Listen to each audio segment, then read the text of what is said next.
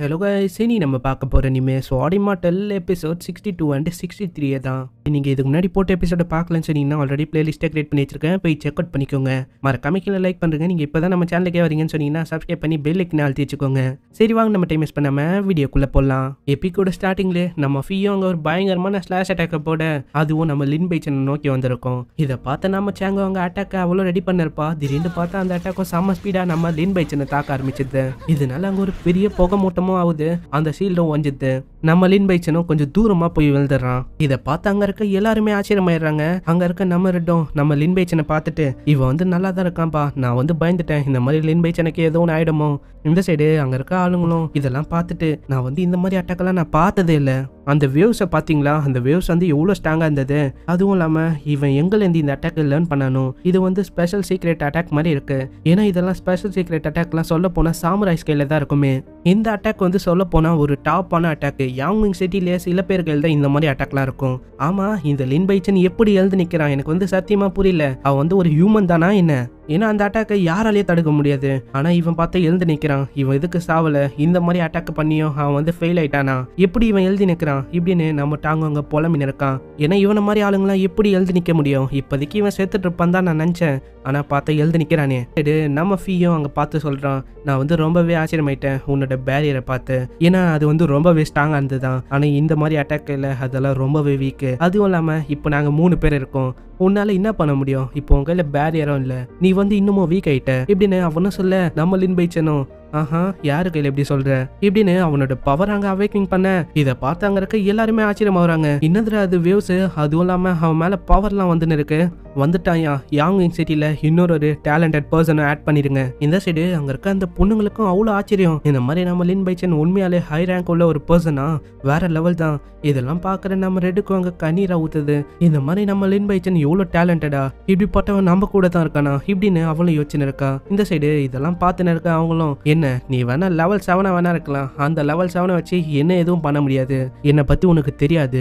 இது வரைக்கும் நான் டெஸ்ட்ல எல்லா கல்லையும் நான் உருக்கிட்டேன். இப்போ வந்து எனக்கு ரொம்பவே ஆர்வமா இருக்கு என்னோட பவரை நான் டெஸ்ட் பண்ணணும்னு. நான் வந்து அங்க டெஸ்ட் பண்ணேன், இருந்தாலும் அங்க இருக்க கல்லெல்லாம் உடஞ்சிச்சு. இப்போ நீ தான் இருக்கியே, நான் வந்து உன்னை வச்சு என்னோட பவர் லெவலை டெஸ்ட் பண்ணிக்க வேண்டியதுதான். சரி வா, இப்போ வந்து டைம் வந்துச்சு உன்னோட கான்ஃபிடென்ட்டை நான் வந்து நொறுக்கிறதுக்கு. இதுக்கப்புறம் அவங்க 2 பேருமே அங்க ஃபைட்டுக்கு ரெடி ஆகுறாங்க. அவனும் அங்க Cloud 9 டேஸ்ன்னு சொல்றான். இதுக்கப்புறம் அவனோட டெக்னிக் அங்க ஆக்டிவேட் ஆக அவனும் அங்க பயங்கரமா அட்டாக் பண்ணிருக்கான். அவனும் அங்க அட்டாக் பண்ணிருக்க. இதை பார்த்து நம்ம லின் பைச்சன் அங்க பிளாக் பண்ணிதான் இருக்கான். இவங்களோட அட்டாக்கும் அங்க சிமிலரா தான் இருக்கு. இவங்களோட பிளேடும் அங்க ஒராசிக்க அங்க பார்த்தா ஒரு வேவ்ஸே உருவாகுது.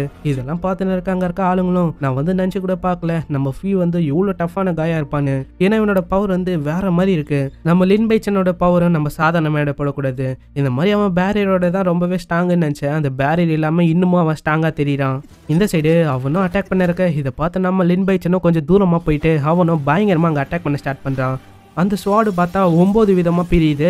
அதை வச்சு அவன் பயங்கரமா நம்ம ஃபீயை தாக்கின்னு இருக்கான். இருந்தாலும் நம்ம ஃபீ வந்து அவனோட டெக்னிக்கை வச்சு ஈஸியாவே எல்லாத்தையும் தாக்கி தடுத்துறான். அவனை மொத்தமா தத்தோனி தான் அவனே சொல்றான், இந்த மாதிரி நீ நிறையவே இம்ப்ரூவ் ஆயிட்ட. இந்த சைடு டாங் பிரதர்ஸும் இதை பத்தி தான் பேசின்னு இருக்காங்க. இவன் கொஞ்ச நேரத்துக்கு முன்னாடி இருந்ததோட இப்போ பார்த்தா இவன் ரொம்பவே ஸ்ட்ராங் ஆயிட்டு இருக்கான்.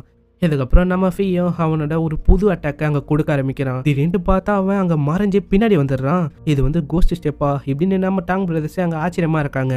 நம்ம லின் பைச்சனா அதை பார்த்துட்டு அங்கே அட்டாக் பண்ண ஆரம்பிக்கிறான்.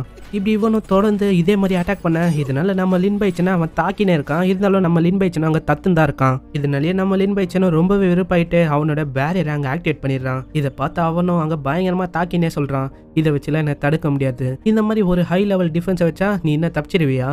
உள்ள பார்த்தா கண்ணை மூடி நம்ம லின் பைச்சனும் கான்சன்ட்ரேஷன் பண்ணிருக்கான். இந்த மாதிரி இவன் எங்க இருக்கான்னு இவனும் நல்லா கண்ணை மூடி யோசிக்க பார்த்தா முன்னாடி தான் இவன் நின்று இருக்கான். இதனாலே அவனும் பேரியர் எடுத்து அவனோட ஸ்வாட் அட்டாக்க போட இதனால அவனும் மாட்டிக்கிறான். அவனும் அங்க தூரமா போய் விழுறான். அதுவும் இல்லாம அவனோட கையிலயும் அடிபட்டுது. இதை பார்த்து அங்க இருக்க ஆளுங்களுக்கு நம்பவே முடியல. என்ன ஆச்சு இங்க, என்னதான் நடக்குது?